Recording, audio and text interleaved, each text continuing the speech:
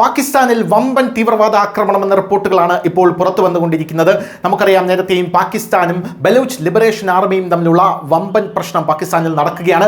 ബലൂചിസ്ഥാന് തങ്ങൾക്ക് പാകിസ്ഥാനിൽ നിന്നും ഫ്രീഡം വേണം, അഥവാ സ്വാതന്ത്ര്യം വേണമെന്ന് പറഞ്ഞ് ബലൂച്ച് ലിബറേഷൻ ആർമി പാകിസ്ഥാൻ ആർമിയിലെ അല്ലെങ്കിൽ പാകിസ്ഥാൻ സൈന്യത്തിലെ സൈനികരെ കൊന്നൊടുക്കുന്ന കാഴ്ചയാണ് കാണാനായി സാധിക്കുന്നത്. ഇവരുടെ കൂടെ ഒരു ഭാഗത്തു നിന്നും തെഹ്രീക്കെ താലിബാനും വലിയ രീതിയിലുള്ള പ്രതിസന്ധി പാകിസ്ഥാനിൽ സൃഷ്ടിക്കുന്നുണ്ട്.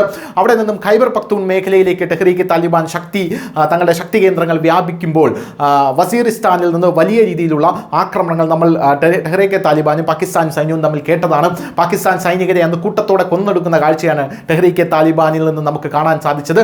താലിബാൻ അടക്കം നുഴഞ്ഞു കയറുന്ന ഒരു സാഹചര്യവും അപ്പോൾ ഉണ്ടായിരുന്നു. എന്നാൽ ഇപ്പോൾ കിട്ടുന്ന വാർത്തകൾ അനുസരിച്ച് ബലൂചിസ്ഥാനിലെ കലാത്ത് ജില്ലയിലെ മംഗോച്ചാർ എന്ന് പറയുന്ന പ്രദേശത്ത് വലിയ ഏറ്റുമുട്ടൽ പാകിസ്ഥാൻ സൈനികരും ബലൂച്ച് ലിബറേഷൻ ആർമിയും തമ്മിൽ ഉണ്ടായിരിക്കുന്നു.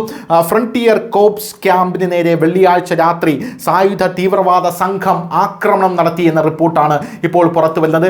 ഈ ആക്രമണത്തിൽ 17 പാകിസ്ഥാൻ സൈനികരാണ് മരണപ്പെട്ടത് എന്ന റിപ്പോർട്ടുകൾ വരുന്നു. പോരാത്തതിന് 3 സൈനികർക്ക് ഗുരുതരമായി പരിക്കേറ്റു എന്നും മനസ്സിലാക്കാനായി സാധിക്കുന്നു.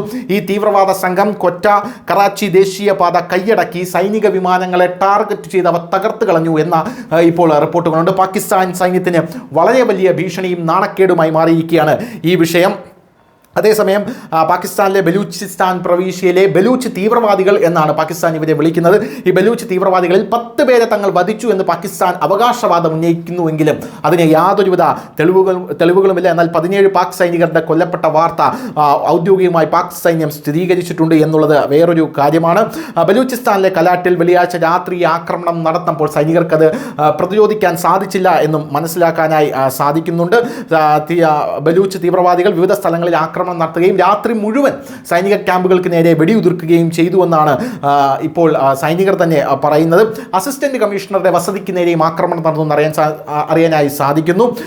കലാട്ട് ജില്ലയിലുണ്ടായ വെടിവെപ്പിൽ പാകിസ്ഥാൻ സൈന്യത്തോടൊപ്പം 2 തീവ്രവാദികളും കൊല്ലപ്പെട്ടു എന്നാണ് പറയാൻ സാധിക്കുന്നത്. എന്നാൽ ഇത് ഇതുവരെ സ്ഥിരീകരിച്ചിട്ടില്ല. ഈ പ്രദേശത്ത് ഇപ്പോൾ വെടിവെപ്പ് നിർത്തിയതായി പ്രാദേശിക ഉദ്യോഗസ്ഥർ പറഞ്ഞു. ഖാലിദാബാദിൽ ബസ്സുകൾക്ക് നേരെ വെടിയുതിർത്തതിനൊപ്പം തന്നെ കലാട്ടിലെ അസിസ്റ്റന്റ് കമ്മീഷണറുടെ വസതിയും ആക്രമിക്കപ്പെട്ടതായി ബലൂച്ച് ഇന്റർനാഷണൽ പറഞ്ഞു. ഇതിൽ മരണസംഖ്യ ഉയരുമോ എന്ന് മാത്രമേ നമുക്കിനി അറിയേണ്ടതായിട്ടുള്ളൂ.